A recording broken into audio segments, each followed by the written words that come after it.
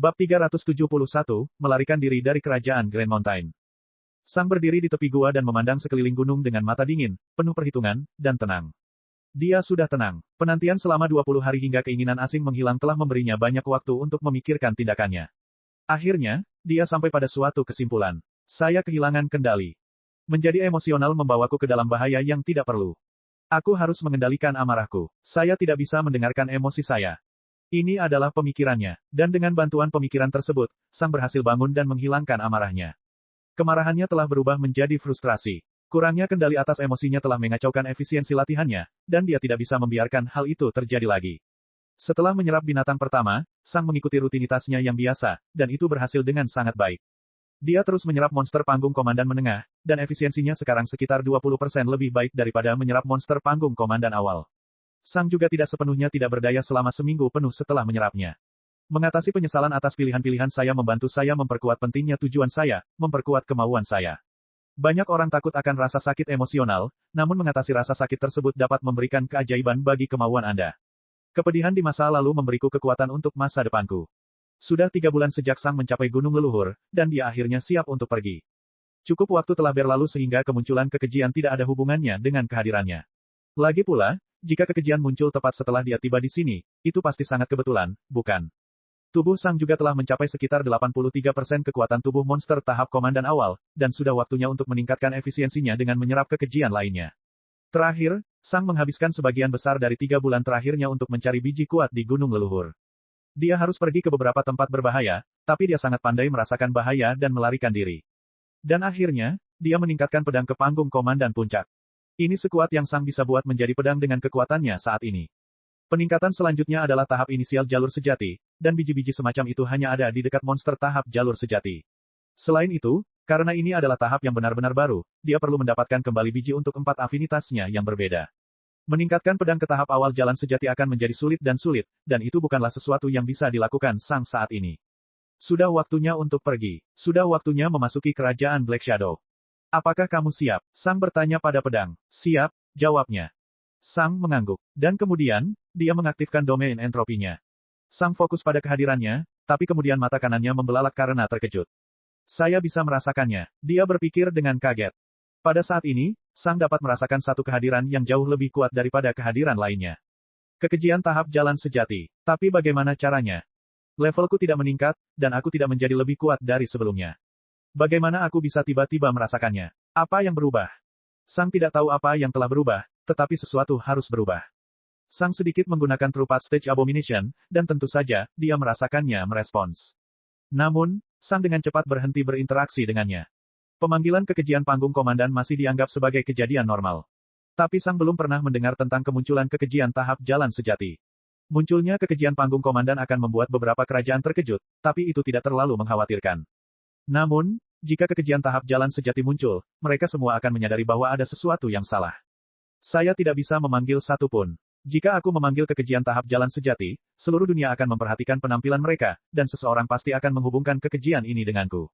Sang mengabaikan kekejian tahap jalan sejati dan fokus pada salah satu kekejian tahap komandan. Setelah beberapa menit, komandan panggung kekejian hampir dipanggil. Selalu butuh beberapa menit untuk memanggil mereka. Sang mencoba mengendalikan di mana kekejian akan muncul, dan dia berharap itu berhasil. Jika dia bisa mengontrol di mana kemunculannya, segalanya akan menjadi lebih mudah.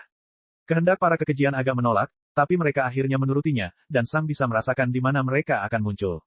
Sang berhasil mengendalikan di mana mereka muncul, tetapi dia juga menyadari bahwa tidak ada jalan kembali sekarang. Lokasi mereka telah ditentukan, dan keinginan destruktif dari kekejian telah dibangkitkan. Mereka akan keluar, meskipun Sang tidak menginginkannya. Bersinar, bersinar, bersinar, lebih dari 400 kekejian muncul di dekat kaki gunung leluhur. Kekejian panggung prajurit berada di tanah, sedangkan kekejian panggung umum berada di beberapa kilometer pertama gunung.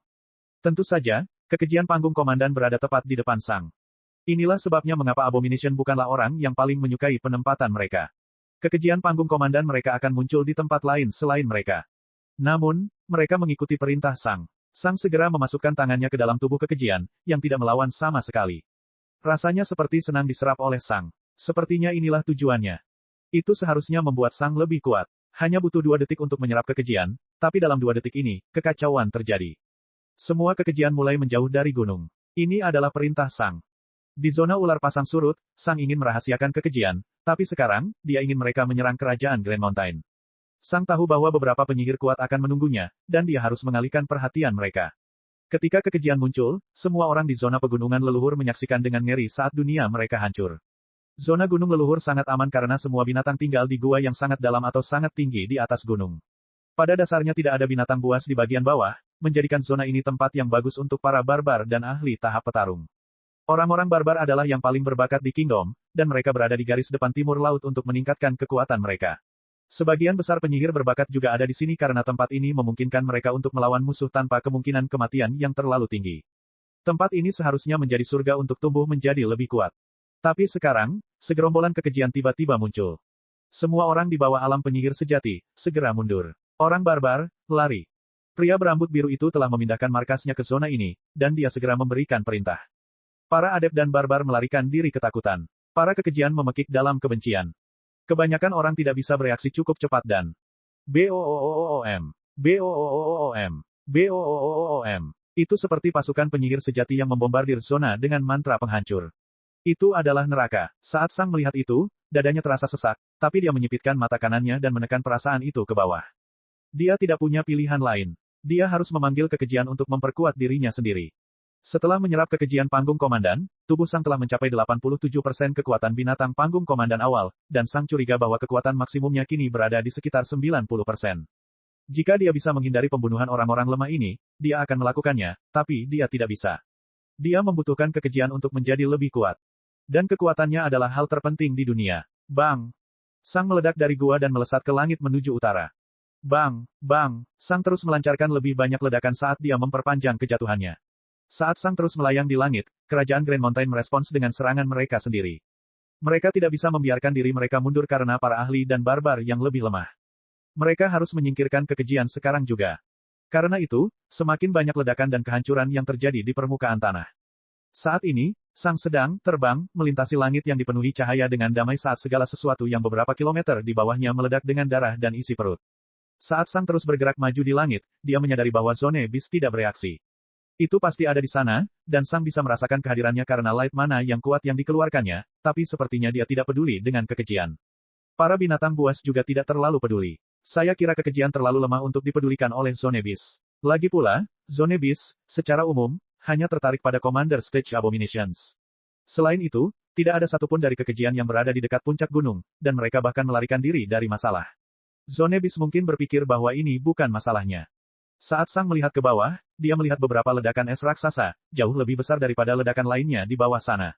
Sang melihat ke sumber ledakan dan memperhatikan seorang pria berambut biru, dan ketika Sang melihatnya, dia merasakan bahaya yang menakutkan. Aku tidak mungkin melawannya, dia jauh melampaui levelku. Untungnya, pria itu terlalu sibuk berurusan dengan pasukan kekejian, dan dia tidak memperhatikan Sang yang jauh di langit. Sang dengan damai meluncur di langit, dan dia akhirnya melewati perbatasan zona di utaranya. Disinilah pengetahuan Sang tentang zona di sekitarnya berakhir. Satu-satunya hal yang dia tahu adalah bahwa itu adalah tundra es dengan tidak banyak gunung atau bukit. Itu agak datar, seperti bekas medan perang. Sang dapat melihat beberapa penyihir ditempatkan di selatan perbatasan, dan mereka bergerak dengan cepat. Mereka jelas telah menyadari apa yang sedang terjadi, dan mereka mungkin berencana untuk menyerang. Ini adalah kesempatan yang diutus Tuhan. Semua penyihir fokus pada zona gunung leluhur, itulah sebabnya mereka kebanyakan mengabaikan langit. Berkat itu, Sang berhasil melewati pertahanan yang ditempatkan. Dan dia akhirnya mendarat sekitar 5 km ke arah barat laut. Bab 372, Pencarian Lain. Tok, tok, tok. Seorang pria muda mengetuk pintu kayu besar. Masuk, terdengar dari balik pintu. Pemuda berambut abu-abu membuka pintu dan masuk ke kamar. Itu adalah ruang belajar yang bagus dan nyaman dengan beberapa buku. Di atas meja di belakang ruang kerja duduk seorang lelaki tua berwajah ramah yang sedang membaca buku. Tuan, kami menerima 1 keluhan lagi dari Kaisar Air, 2 lagi dari Kaisar Angin, dan 4 lagi dari Twilight Royalty, kata pemuda itu dengan sopan santun profesional. Pria tua di atas meja hanya menghela nafas tak berdaya. Apakah karena peningkatan jumlah kekejian lagi, Wester? Lelaki tua itu bertanya.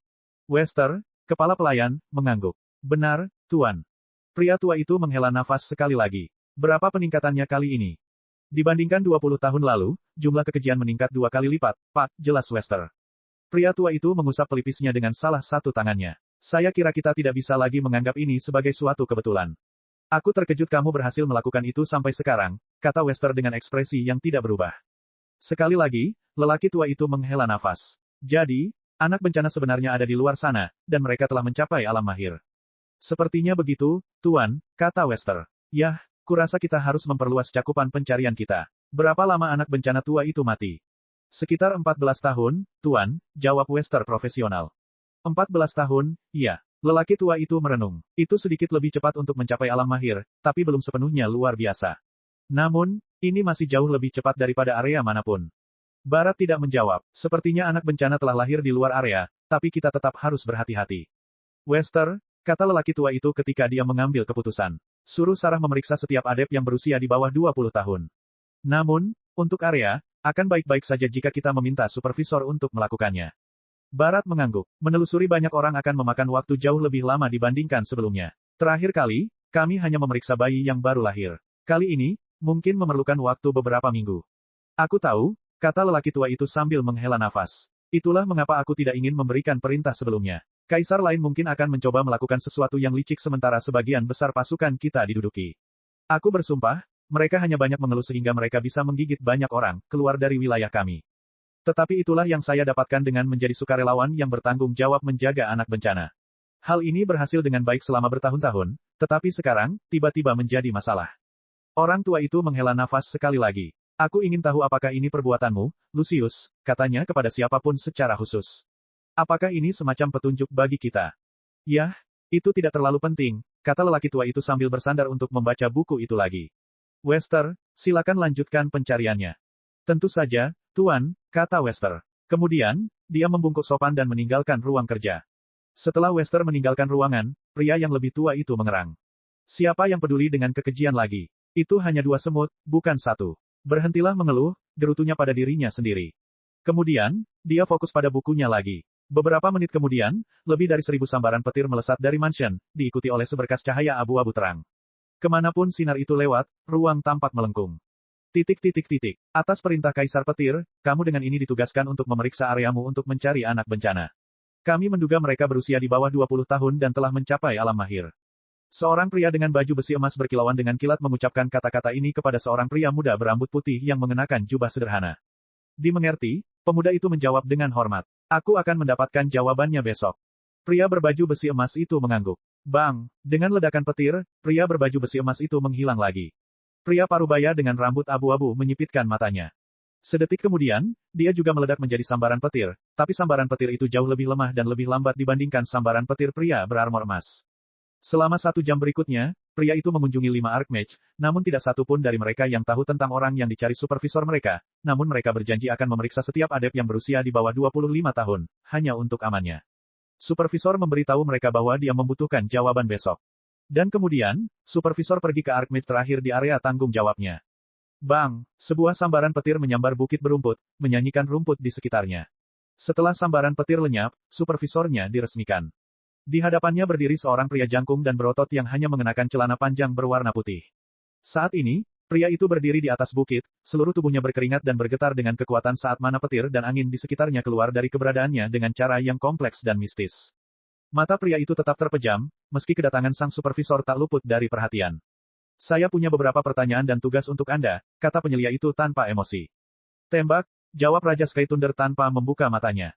Kamu telah memperhatikan bahwa ada jauh lebih banyak kekejian yang muncul di seluruh dunia dalam beberapa tahun terakhir, bukan? Pengawas itu bertanya. Saya tidak tahu tentang dunia, tapi kerajaan saya memiliki lebih dari biasanya. Jika Anda menginginkan nomor spesifiknya, tanyakan kepada seseorang dari Dewan. Saya tidak terlalu peduli, jawab Raja Skythunder. Alis pengawas itu berkerut. Dia sangat tidak menyukai sikap Archmage ini. Apakah Anda tahu tentang manusia muda yang mungkin terkait dengan kekejian? Bisa apa saja yang bisa menghubungkan mereka dengan kekejian dalam beberapa cara, kata penyelia itu. Raja Skythunder hanya menyeringai sambil matanya tetap terpejam. Apakah aku terlihat seperti seseorang yang bersentuhan dengan banyak orang lemah? Yah, mengabaikan para penyihir agung, jawabnya. Itu bukan pertanyaan saya, kata supervisor itu dengan nada yang dalam dan mengancam. Apakah kamu tahu tentang orang seperti itu atau tidak? Aku di sini atas perintah Kaisar Petir secara pribadi. Seringai Raja Skythunder melebar. Kemudian, dia membuka matanya dan melihat ke arah supervisor. Tidak, ketika pengawas melihat ekspresi Raja Skythunder, kemarahan meluap dalam dirinya. Nalurinya memberitahunya bahwa Raja Skythunder berbohong, tapi itu tidak masuk akal. Raja Skythunder adalah orang gila, tapi dia tidak akan menolak perintah Kaisar Petir. Setelah beberapa detik, supervisor itu mendengus dengan agresif. Dia mencoba macam-macam denganku. Saya cukup yakin dia hanya ingin membuat saya bangkit. Aku bersumpah, setiap kali kita bertemu, dia mencoba memprovokasiku tanpa benar-benar melanggar perintahku. Apakah dia punya keinginan mati? Baik, kata penyelia itu. Saya ingin Anda memeriksa setiap adept yang berusia di bawah 20 tahun untuk mengetahui kemungkinan hubungannya dengan kekejian. Lakukanlah, ini areamu, bukan areaku, jawab Raja Skythunder sambil menyeringai sambil menutup matanya lagi untuk fokus pada latihannya. Kemarahan meledak di dalam dada supervisor, tapi dia tidak mengatakan apa-apa. Dia telah mengetahui bahwa berdebat dengan Raja Skythunder hanya akan membuatnya semakin marah. Sayangnya, dia tidak bisa membunuh Raja Skythunder karena hal itu akan menghancurkan keseimbangan seluruh area miliknya. Selain itu, Kerajaan Skythunder melakukan pekerjaan luar biasa dalam membina penyihir yang kuat. Tanpa berkata apa-apa lagi, supervisor itu pergi. Dia tidak benar-benar berpikir bahwa orang yang dicari semua orang berada di Kerajaan Skythunder yang kecil, itulah sebabnya pengawas tidak mencarinya. Juga, Raja Kerajaan itu telah mengatakan bahwa dia tidak mengenal siapapun. Dan sehari kemudian, supervisor memberikan tanggapannya kepada pria berbaju besi emas. Di areaku tidak ada orang yang terhubung dengan kekejian. Bab 373, Bersembunyi. Sang mendarat di area yang menyerupai hutan yang terbakar. Semua pohon yang dilihatnya menghitam dan tidak ada dedaunan. Mereka tampak seperti jarum hitam yang menembus langit. Udaranya kering dan dipenuhi listrik statis. Tidak sulit bagi Sang untuk menebak afinitas dari zonebis yang tinggal di sana. Di sebelah tenggara, Sang bisa mendengar suara pertempuran di kejauhan. Seiring berjalannya waktu, suara-suara itu semakin keras dan tidak semakin pelan. Sepertinya kerajaan Black Shadow sedang menyerang kerajaan Grand Mountain. Saat ini, semua orang sedang sibuk, memberiku kesempatan sempurna untuk melarikan diri. Saya tidak ingin membuat insiden besar lainnya hanya berjarak satu zona dari insiden sebelumnya. Saya pikir saya harus langsung menuju zona berikutnya. Sang mulai berlari melewati zona mati. Dari waktu ke waktu, dia bisa melihat sambaran petir menyambar pohon-pohon mati di dekatnya, yang menjelaskan mengapa pohon-pohon itu tampak begitu mati. Sang juga melihat beberapa penyihir dan pemanggil berlari melewatinya ke arah tenggara, mungkin bergabung dalam pertempuran. Tidak mudah bagi Sang untuk bersembunyi di tempat ini, tapi semua orang terlalu sibuk menuju ke selatan. Mereka tidak terlalu memperhatikan lingkungan sekitar. Sang membutuhkan waktu hampir 1 jam, tetapi dia akhirnya berhasil mencapai tepi utara zona ini. Beruntung baginya, kerajaan Black Shadow tidak menempatkan banyak penjaga di perbatasan antar zona mereka. Semua prajurit mungkin sibuk menjaga kerajaan Grand Mountain. Sang bisa melihat beberapa summoner, tapi dia memperkirakan mereka hanya berada di tahap komandan awal. Tunggu, apa sebenarnya level dari summoner? Maksudku, mereka bukan pejuang. Jadi, kurasa mengatakan bahwa mereka berada di panggung komandan adalah hal yang salah. Mereka lebih mirip dengan penyihir, tetapi kekuatan mereka tidak bisa dibandingkan dengan penyihir.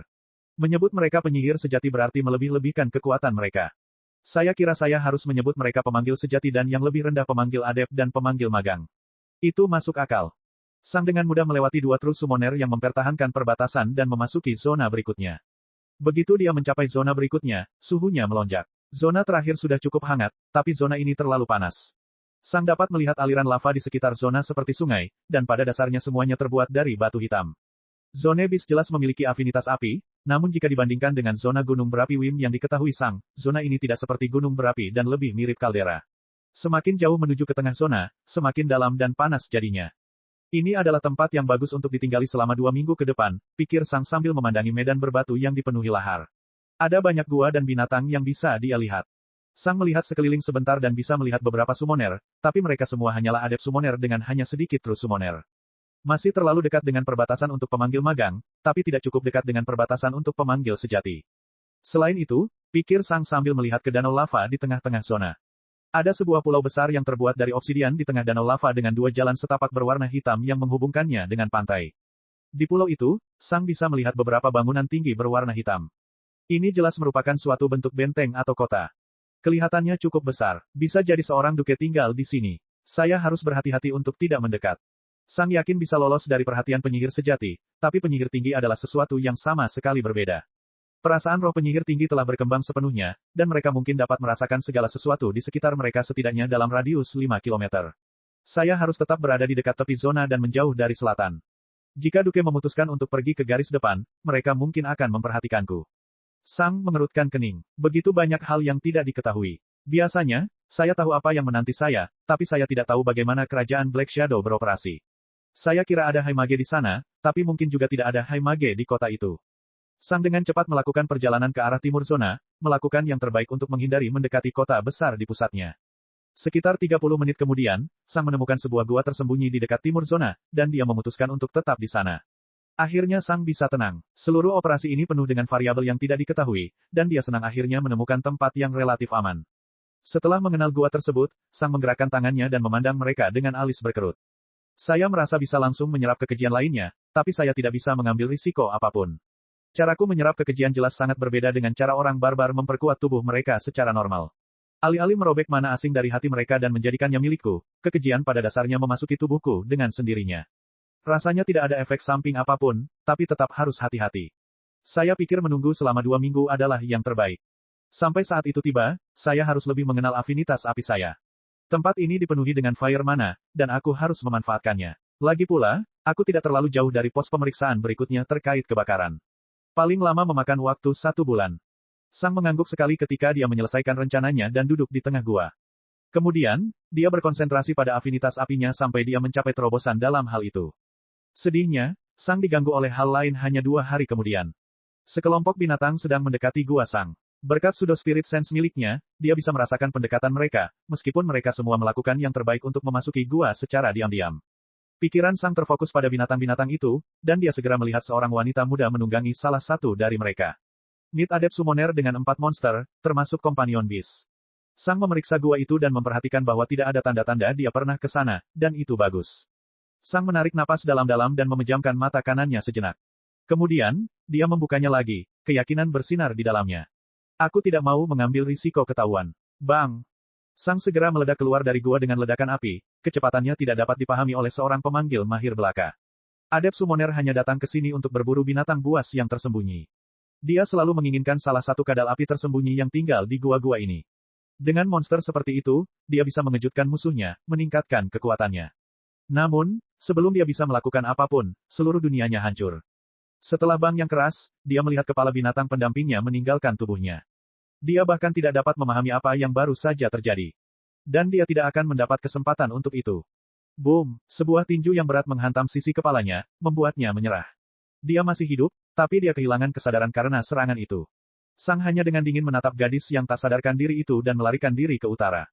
Binatang buas yang baru saja berada di bawah kendali summoner baru menyadari bahwa mereka bebas setelah Sang pergi. Dan begitu mereka melihat mayat binatang pendamping dan summoner yang tidak sadarkan diri, kemarahan dan kebencian meledak di dalam diri mereka, dan mereka menyerang. Dalam hitungan detik, gadis dan binatang itu tercabik-cabik dan dimakan. Setelah itu, binatang-binatang itu lari ke segala arah. Ini bukanlah kejadian biasa, namun terjadi dari waktu ke waktu. Binatang buas terkadang lepas kendali dan membunuh pemanggilnya. Para penyelidik akan mencari summoner muda itu beberapa hari kemudian dan menemukan jejaknya. Setelah memeriksa bekas binatang buasnya dan tempat kematiannya, mereka akan menilai bahwa memang itulah kasusnya. Dan dengan itu, kejadian ini berakhir. Bahkan tidak ada yang menduga kalau dia telah dibunuh oleh manusia lain. Lagi pula, tidak ada jejak sihir atau perjuangan. Sepertinya binatang buasnya tiba-tiba lepas kendali dan menyerangnya. Sementara itu, Sang menemukan gua baru dan berkonsentrasi pada afinitas apinya lagi, dan hanya 3 minggu kemudian, dia akhirnya mencapai terobosannya. Bab 374, Pertumbuhan. Setelah mencapai terobosan dalam afinitas api, Sang meninggalkan gua barunya dan menjelajahi zona di sebelah timur gua ini. Zona berikutnya dipenuhi dengan gunung-gunung yang terbuat dari logam yang sama sekali tidak ada tumbuhan di atasnya. Namun sama seperti sebelumnya, gua ini juga memiliki beberapa gua.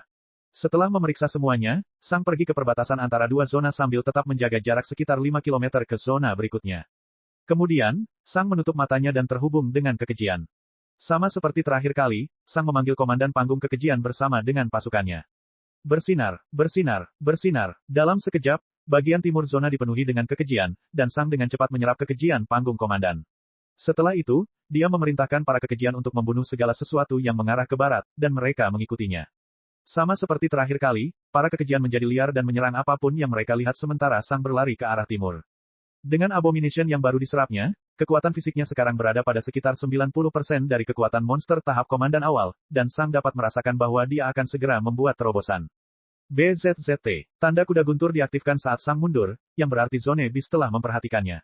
Sama seperti terakhir kali, ketakutan Sang semakin meningkat. Setiap kali dia memutuskan untuk memanggil kekejian, dia bermain-main dengan kematian, tetapi dalam pikirannya, risiko itu perlu. Bagaimana dia bisa menjadi yang terkuat jika dia tidak bisa mengeluarkan potensi penuhnya? Saat Sang melarikan diri ke arah timur, semakin banyak ledakan yang muncul di sebelah baratnya. Dia tidak tahu berapa banyak manusia dan binatang yang telah dia basmi dengan memanggil kelompok kekejian ini. Setiap kali aku memanggil kekejian, orang tak bersalah mati. Tidak semua orang ingin berperang atau membunuhku, tapi orang-orang ini tetap saja mati, pikir Sang dengan cemberut sambil melarikan diri ke arah timur. Untuk meningkatkan kekuatanku, semua orang di sekitarku menderita. Aku tidak menyukainya, tapi aku tidak punya pilihan lain. Kekuatanku lebih penting dari apapun. Aku tidak bisa membiarkan siapapun memperhatikan hubungan antara kekejian dan aku. Jika ada yang menyadarinya, aku akan menjadi musuh seluruh dunia. Semakin banyak Sang memanggil kekejian, semakin dia merasa terisolasi. Dulu ketika dia menyadari bahwa afinitasnya sebenarnya adalah entropi, dia sudah tahu bahwa dia akan menjadi musuh semua makhluk hidup, tapi dia tidak mengira akan menjadi ekstrim seperti ini.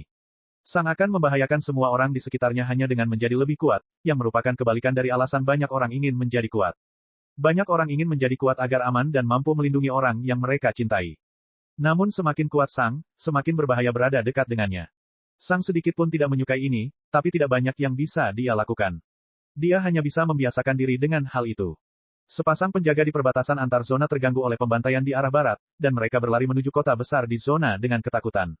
Keluarga dan teman mereka tinggal di sana. Jika mereka tidak membantu, semua orang yang mereka sayangi akan mati. Sang dengan mudah melewati perbatasan dan terus berlari. Ledakannya menjadi semakin dahsyat, namun ledakannya tidak mencapai tingkat kekuatan yang menggelikan, yang berarti zona bis tidak menjadi aktif. Namun, beberapa ledakan masih cukup dahsyat. Entah seorang penyihir tingkat tinggi atau monster tahap jalan sejati sedang menghancurkan kekejian, pikir Sang. Secara teoritis, kekejian tahap umum memiliki kekuatan untuk membunuh sesuatu di alam keempat, tapi itu hanya teori. Entropi tidak dapat dilepaskan dari jarak lebih dari 1 kilometer, sementara monster High Mage atau True Path Stage dapat melancarkan serangan dahsyat dari jarak beberapa kilometer. Jadi, meskipun kekejian bisa membunuh seseorang pada level itu, mereka tidak pernah mendapat kesempatan untuk melepaskan kekuatan itu. Bagaimanapun, mereka akan mati jauh dari makhluk kuat ini. Namun, masih banyak orang yang lebih lemah yang akan mati karena kekejian ini. Lagi pula, tidak semua orang bisa lari dari gerombolan seperti itu. Banyak nyawa melayang pada hari ini. Sang akhirnya menemukan gua yang aman di zona baru dan menunggu beberapa hari hingga semuanya berakhir. Tidak ada yang mengikutinya. Setelah itu, dia keluar dan menjelajahi zona. Ada sebuah kota yang cukup besar di tengah-tengah zona, tapi itu tidak bisa dihitung sebagai sebuah kota. Sang cukup yakin bahwa tidak ada penyihir tinggi di zona ini. Sedihnya, saya masih tidak bisa memasuki kota. Saya melihat keluar dari tempatnya, dan saya yakin mereka memiliki semacam lingkaran ajaib untuk memindai kekuatan fisik seseorang. Lagi pula, pasti ada petarung fisik di kerajaan ini. Mereka tidak sekuat orang barbar dan pejuang. Saat ini, Sang merasa seperti buronan yang baru saja kabur dari penjara. Dia tidak bisa menunjukkan dirinya di depan umum, dan dia hanya bisa melihat orang lain dari kejauhan. Dia tidak bisa berinteraksi dengan orang lain. Saat ini, Sang merasa seluruh dunia menentangnya, dan rasanya sangat terisolasi. Setelah beberapa menit menatap kota, Sang hanya bisa menghela nafas. Saya hanya membutuhkan kekejian untuk meningkatkan potensi maksimal yang dapat dicapai tubuh saya. Saya tidak perlu menyerap kekejian secara eksklusif. Saat ini, batas atasku seharusnya sekitar 94% dari kekuatan monster tahap komandan awal. Jika ada terlalu banyak kekejian yang muncul satu demi satu, kerajaan bayangan hitam pasti akan curiga. Aku harus tetap tenang selama beberapa bulan. Sampai saat itu tiba, aku harus fokus melatih ilmu pedangku. Sang meninggalkan gunung tempat dia mengawasi kota itu dan kembali ke guanya. Sesi latihan panjang lainnya dengan SWOT dimulai. Setiap 2 minggu, Sang keluar, berburu binatang, menyerapnya, dan kembali ke guanya. Semua ini berlanjut selama sekitar 3 bulan. Sang dapat melihat cukup banyak kemajuan pada peta bintangnya, namun perjalanan masih panjang. Sang perlahan berdiri dan ingin memanggil pasukan kekejian berikutnya, tapi dia segera menyadari sesuatu setelah memikirkan perjalanannya.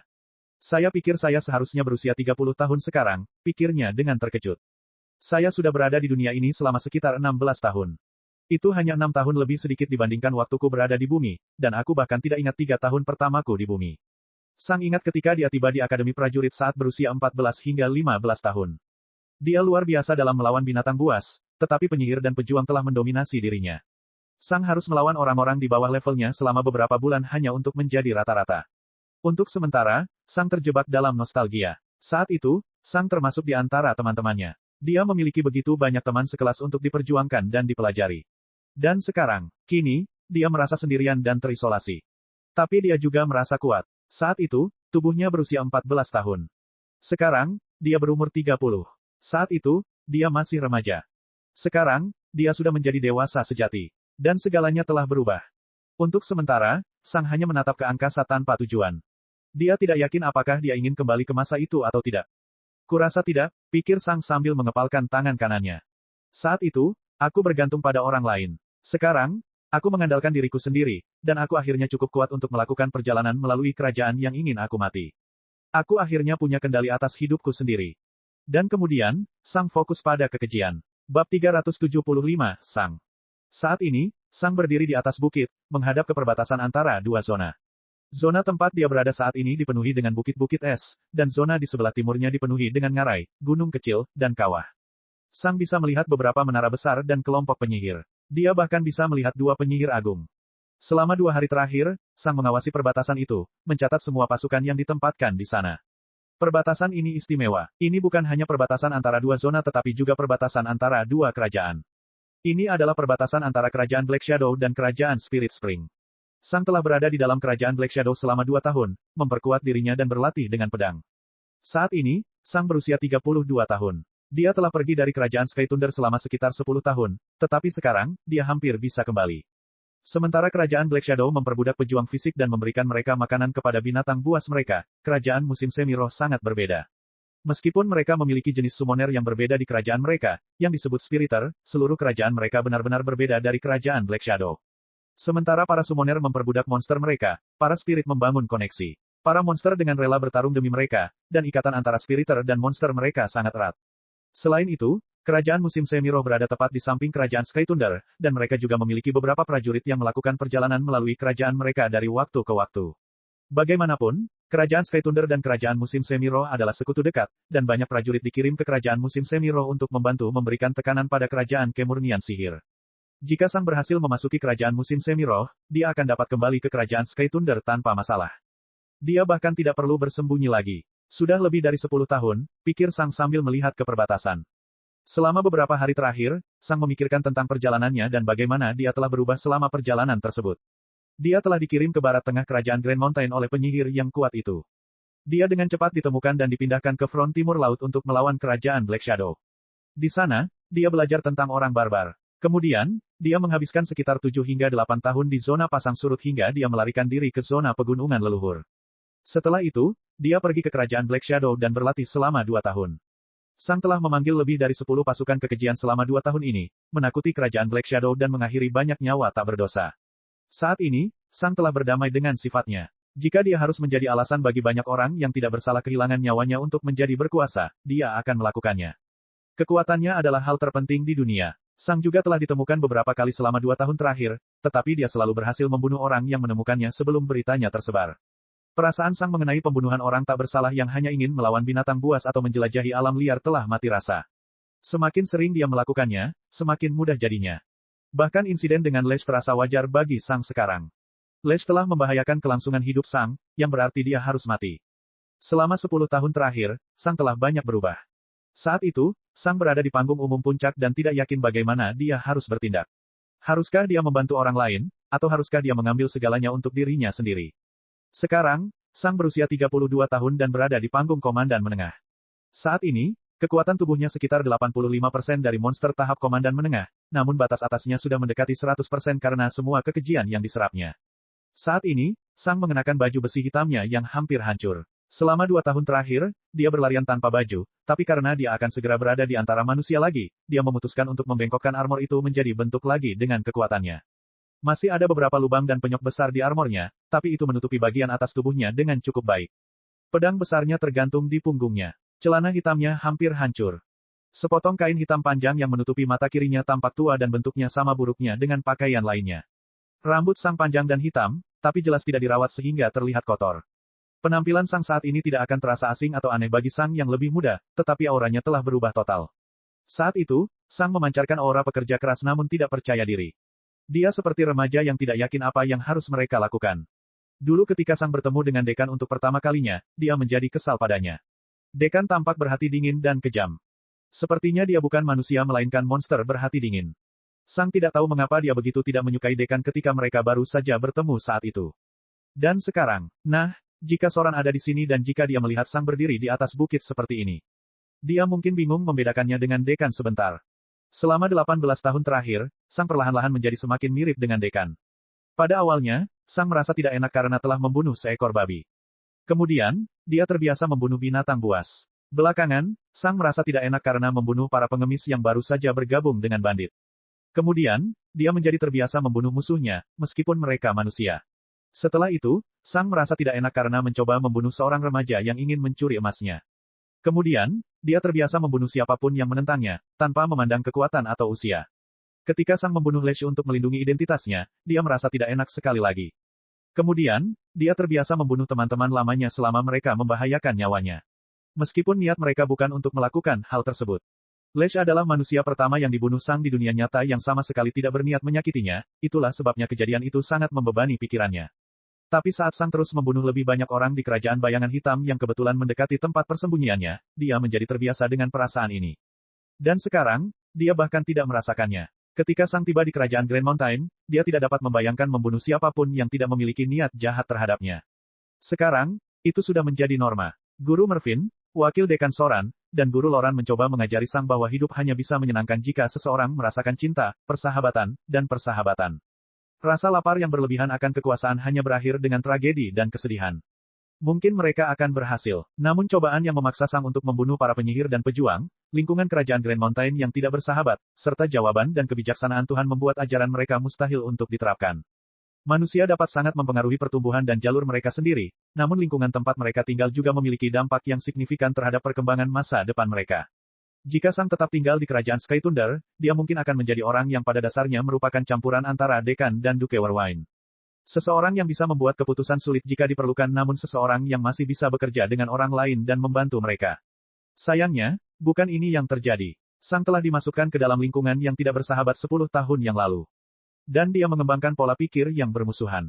Teman mengubah orang, musuh mengubah orang, atasan mengubah orang. Dunia mengubah orang, dan Sang telah diubah. Dia bukan lagi remaja, dia sudah benar-benar dewasa sekarang, dan kepribadiannya telah kokoh. Sang telah menjadi seperti ini. Dan akan sangat sulit untuk mengubahnya di masa depan. Alex akan membenci Sang. Cek. Rakan-rakan kultivator sekalian, sebelum retret, sila terus berkultivasi untuk jurus subscribe, like, share dan komentar agar sekte novel Sadim terus berkembang pesat.